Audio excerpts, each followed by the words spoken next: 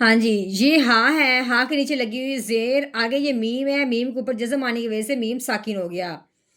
ساکن حرف جو بھی ہوتا ہے اس سے جو پچھلا حرف ہوتا ہے وہ اس ساکن حرف کے ساتھ ملتا ہے۔ اب پچھلا حرف کیا ہے؟ ہاں ہے، اب ہم نے میم کے ساتھ اس کو ملانا ہے، ٹھیک ہے۔ دوسری بات، میم جب ساکن ہو اس کے آگے با ہو، میم ساکن ہو اس سے آگے کیا ہو؟ با ہو، تو پھر میم ساکن پہ گنا ہوتا ہے۔ اب میم ساکن کے بعد با نہیں بلکہ یا ہے، اب ہم نے کیا کرنا ہے؟ میم ساکن پہ گنا نہیں کرنا، ٹھیک ہے۔ اکثر پڑھنے میں یہ غلطی ہوتی ہے کہ ہم بغیر سوچے گناہ کر دیتے ہیں، بغیر سوچے گناہ نہیں کرتے۔ ہر چیز کو ذہن میں رکھنا ہے کہ یا اگر ہم نے گناہ نہیں کرنا تو گناہ نہ کرنے کی وجہ کیا ہے، اگر ہم نے گناہ کرنا ہے تو گناہ کرنے کی وجہ کیا ہے۔ اب جیسا کہ اب میم ساکن میں گناہ نہیں کرنا، اس کی وجہ کیا ہے کہ آگے با نہیں ہے۔ اب ہم نے اس کو کیسے پڑھنا ہے؟ حامیم زیر ہم بی ہم، اگر ہم یہاں پہ گناہ کرتے، اگر با ہوتا تو ہم نے پڑھنا تھا بی ہم، یا گناہ نہیں کرنا، با نہیں ہے تو کیسے پڑھنا ہے؟ بی ہم وَإِذَا مَرُّوا بِهِمْ۔ یہ تو ہم نے صرف ہاں اور میم کی بات کی ہے۔ اب آگے جا کے آپ مکمل آیت کا توڑ سنیں، مکمل آیت کا جوڑ سنیں تو آپ کو ایک ایک چیز میں وضاحت محسوس ہوگی، بلکہ بہت زیادہ فائدہ ہوگا۔ چلیے شروع کرتے ہیں اگلا سبق۔ نحمده ونصلي على رسوله الكريم اما بعد فاعوذ بالله من الشیطان الرجیم بسم اللہ الرحمن الرحیم۔ السلام علیکم ورحمۃ اللہ وبرکاتہ۔ امید ہے آپ سب خیریت سے ہوں گے، انشاءاللہ جہاں ہوں گے ایمان اور صحت کی نعمت سے مالا مال ہوں گے۔ ہاں جی، تو آغاز کرتے ہیں ہم اپنے آج کے سبق کا دعاؤں کے ساتھ، تو چلیے شروع کرتے ہیں۔ ہاں جی، یہ واؤ ہے، واؤ کے اوپر لگی ہوئی ہے زبر۔ واؤ کے اوپر زبر ہو تو کیسے پڑھیں گے؟ واؤ زبر وا۔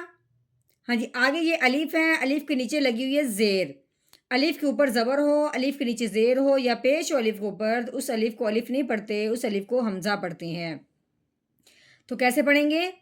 حمزہ زیر ای و ای، رال کے اوپر لگی ہوئی زبر، اس کے آگے لگا ہوا ہے الف۔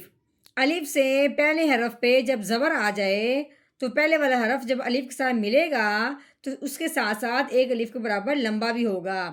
کیسے؟ رال الف زبر را و ای را۔ آگے میم ہے، میم کے اوپر زبر لگی ہوئی ہے، رو کے اوپر تین دندوں والی شاد لگی ہوئی ہے۔ اب شاد والا جو حرف ہوتا ہے وہ پچھلے والے حرف کو اس حرف کے ساتھ ملا دیتے ہیں۔ اب ہم نے میم کو رو کے ساتھ ملانا ہے، کیسے؟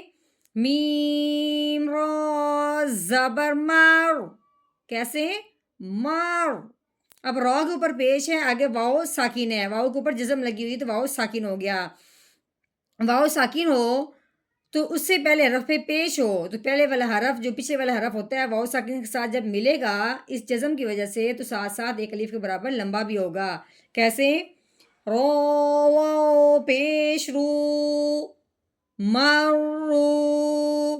ہاں جی، با کے نیچے آگی زیر، با زیر بھی، ٹھیک ہے۔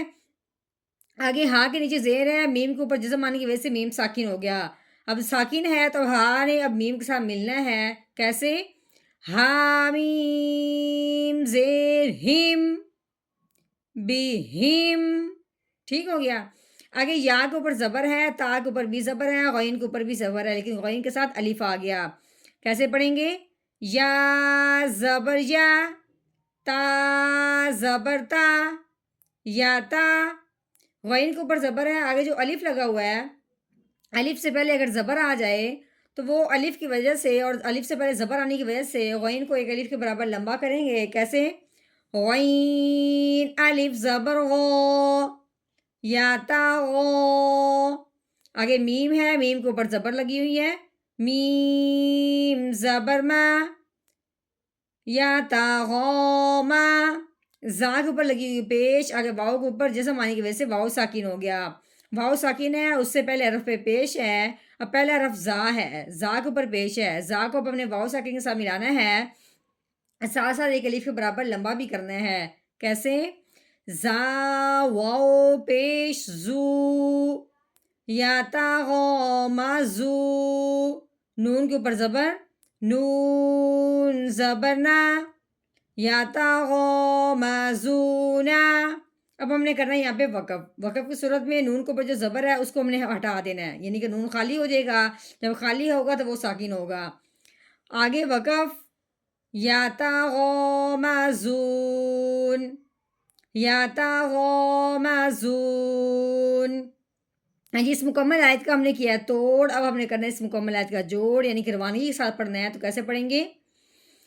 وَإِذَا مَرُّوا بِهِمْ يَتَغَامَزُونَ، وَإِذَا مَرُّوا بِهِمْ يَتَغَامَزُونَ.